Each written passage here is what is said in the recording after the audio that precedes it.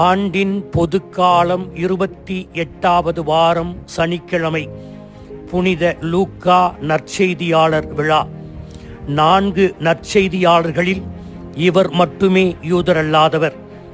இவர் புதிய ஏற்பாட்டில் 2 புத்தகங்களை எழுதியுள்ளார். 1 நற்செய்தி நூல், 2 திருத்தூதர் பணிகள்.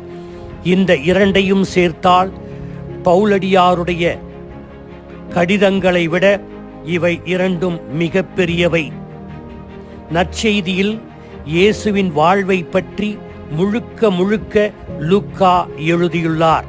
திருத்தூதர் பணியிலோ தூய ஆவியாரின் செயல்பாட்டை குறிப்பிட்டு திரு அவை எப்படி தொடங்கியது, வளர்ந்தது என்றெல்லாம் குறிப்பிடுகிறார். இன்றும் நம் திரு அவையையும் கடவுளின் மக்களையும் இயக்கிக் கொண்டிருப்பவர் தூய ஆவியே என்பதை உணர வேண்டும். இவருடைய நற்செய்திக்கு பல சிறப்பு பெயர்கள் உண்டு. 1 இறைவேண்டலின் நற்செய்தி. இயேசு இறைவேண்டல் செய்தார். அதனை பல இடங்களில் நாம் பார்க்கலாம். 5:16, 6:12, 22:41. 2 பெண்களின் நற்செய்தி. பல பெண்களை பற்றி இவர் குறிப்பிட்டிருக்கிறார். இவருடைய நற்செய்தியை வாசித்தால் முதலில் ஒரு ஆண் குணப்படுத்தப்படுவார், பின்பு ஒரு பெண் குணப்படுத்தப்படுவார். முதலில் சிமியோன் என்ற இறைவாக்கினரை சொல்வார், பிறகு அன்னா என்ற இறைவாக்கினரை சொல்வார். எனவே மரியா, எலிசபெத்து, அன்னா, மகதலா மரியா, மார்த்தா, மரியா இவர்களை பற்றி குறிப்பிடுகிறார். 3 தூய ஆவியாரின் நற்செய்தி.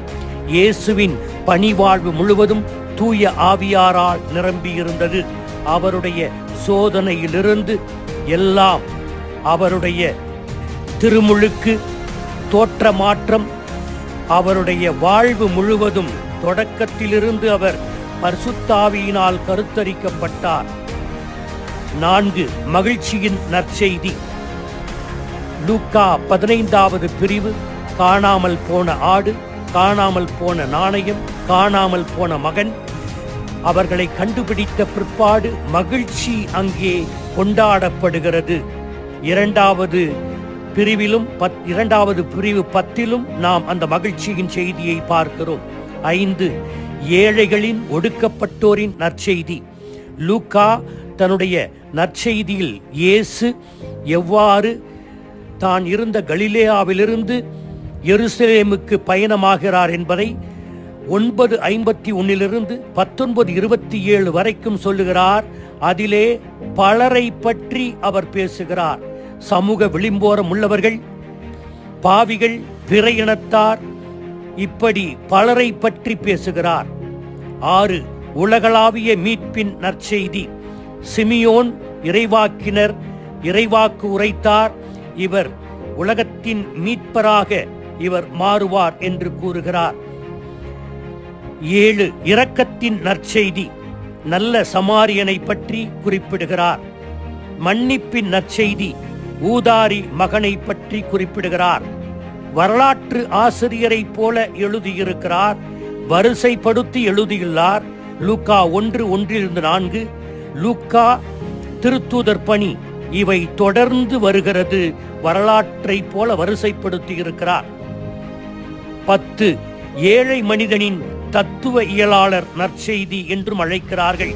செல்வத்தை பற்றி பேசுகிறார், ஏழ்மையை பற்றி பேசுகிறார், நீதியை பற்றி பேசுகிறார்.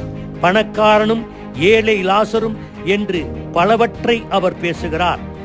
11 புகழ்ச்சியின் நற்செய்தி. மரியாவின் புகழ்பாடல், சிமியோவின் பாடல் குறிப்பிடத்தக்கது. 12 சீடத்துவ பயிற்சி பாசறை நற்செய்தி என்றும் அழைக்கப்படுகிறது. இதிலே ஒன்றை மட்டும் இன்று சிந்தனைக்கு எடுத்துக் கொள்ளுகிறேன். இறைவேண்டல். இயேசு ஏன் இறைவேண்டல் செய்ய வேண்டும்? தான் கடவுளை சார்ந்து வாழ்கிறேன் என்பதை உணர்த்தவே அவர் ஜெபிக்கிறார்.